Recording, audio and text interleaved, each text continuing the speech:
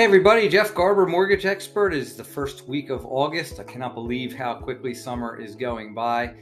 And I wanted to give you a quick update on what's going on with mortgage rates, as well as, I guess, only way to put it is a bit of a brag moment here.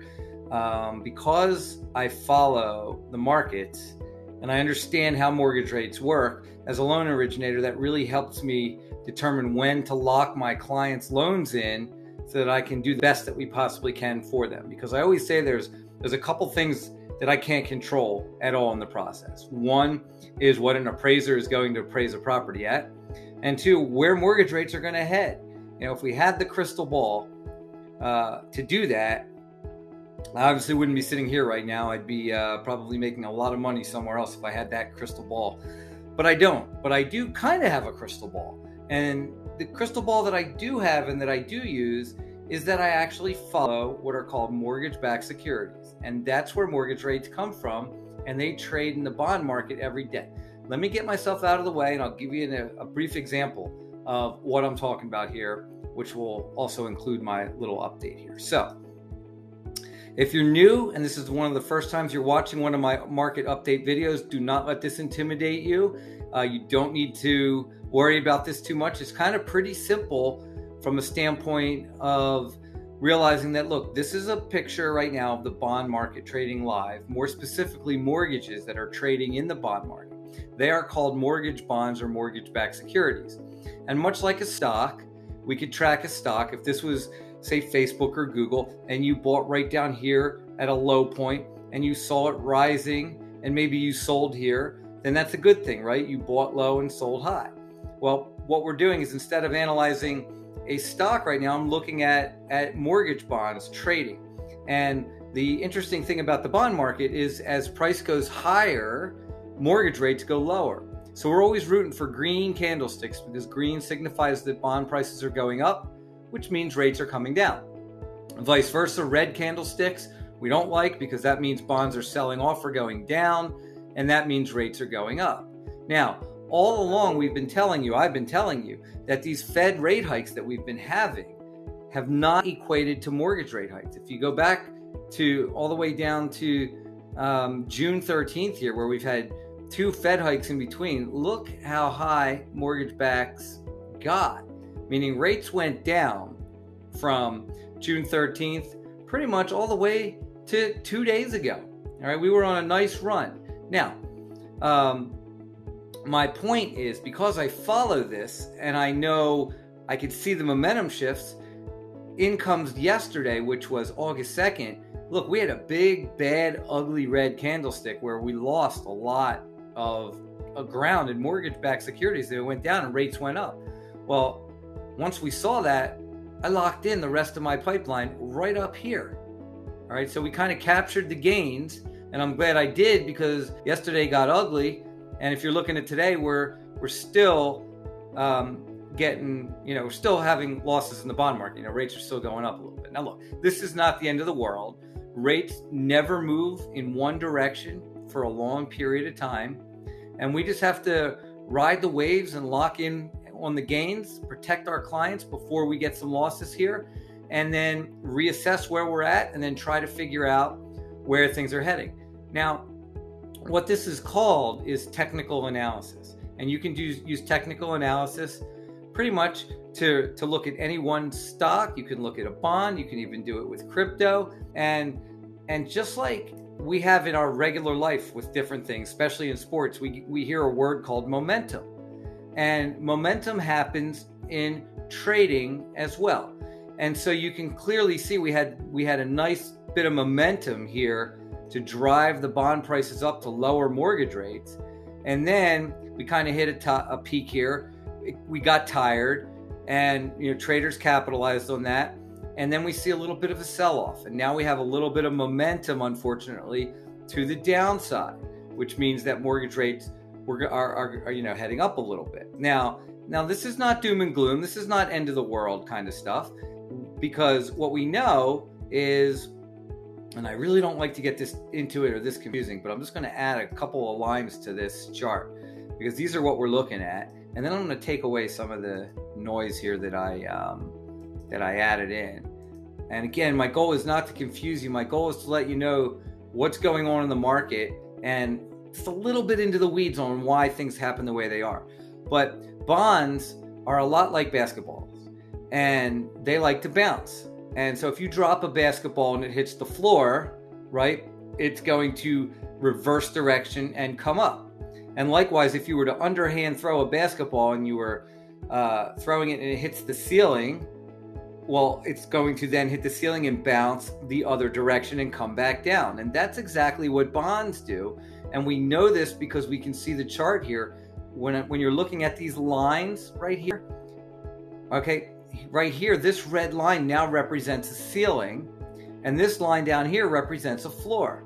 And you can already see today that our mortgage bonds that we're following actually did come down. It tapped on this floor, and it started to bounce back in the other direction.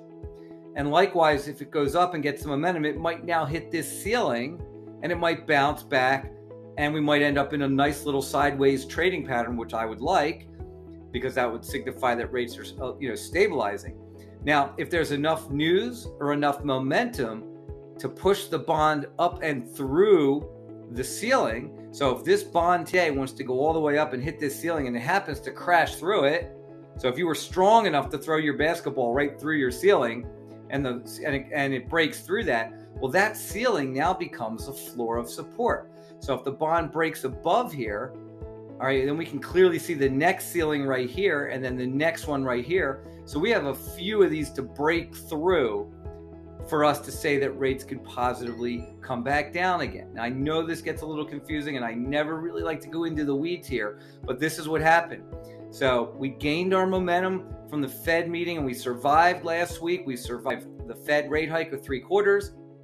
We survived the negative GDP reading on Thursday, and we survived the high inflation number on Friday, and we were able to lock our clients in right here when rates were at their lowest that we've seen in a little while. Now we've since lost some of our momentum and given a little bit back, and you can see clearly on August 2nd, we fell right through this floor and we broke through another floor. So both of these floors are now going to be tough ceilings for us to contend with. So right now we're in this short little trading range where you've already seen this change from red to green. You can see the momentum changing throughout the day as I'm making this video. So look, all in all, I am not in a panic mode right now. However, if the momentum wants to continue and we break through these floors right here, well, you can clearly see the next floor. And if we happen to break through that, we have a long way down and we would be back to testing the highs that we've seen in rates back from June 14th. And so we need to keep a close eye on that. And this is one of the things that I do with every single client that I have, which is why I'm calling this a brag moment. And I'm not a fan of bragging at all. I do not feel comfortable doing this, but I just wanted to share with you, this is what I do. I analyze where mortgage-backed securities are. I look at the analysis, the charts, the floors, the ceilings to see what the patterns are. And I follow the news to see what could possibly drive rates up or down, and then we make educated decisions with our clients on when we want to lock their loan in. I.e., you might go to a bank and apply for a mortgage, and the day you get your agreement of sale, you might ask them what the rate is, and they're going to tell you it's X, and they're going to lock you in. But what if they locked you in on July 26th, and the momentum was there, and by the time you got to August 1st, you were an eighth or a quarter lower? Like, wouldn't you want to know that? Or vice versa, what if they took your application on a Friday and they said, you know what, we'll get to this one on Monday. And then you call Monday and they didn't realize at the end of the day you spoke to them, they didn't realize how much we've lost already. And now the rate changed and you're wondering why you're getting a different rate now. And you might feel like you were bait and switched or whatnot. So I try to eliminate that. I try to share this with all of my clients, show you where rates come from, show you how they work, and show you what and when we look at so that we can decide when to lock, especially in this volatile market. We're trying to lock at the right time to gain momentum and lock in where we see rates at their lowest points. We're not trying to be greedy because we know markets can change on the dime.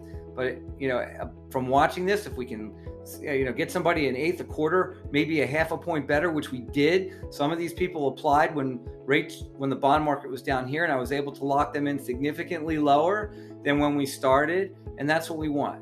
So I hope this helps. Again, nothing major going on in the news right now. We just gave back some of the great gains that we got, and we're just in some momentum and technical analysis, just technical trading that's happening right now. Now we are going to keep an eye out though. Friday is jobs report day, and the jobs report typically, well, it always happens the first Friday of every month, and it's typically a market mover because we get the unemployment rate as well. So right now we're going to kind of coast into Friday. We're going to watch the technicals, hope that we can stay in this area here, and then we're going to see what happens with the jobs report Friday and see if there's new momentum based on what the report is telling us.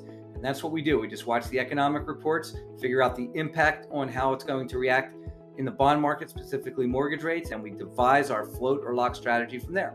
If you have any questions about this, I do free consultations all the time. I have a YouTube page called mortgageinstructionmanual.com because mortgages don't come with an instruction manual. I am aware of that, and I try to be an open book with this and try and teach as much as we can.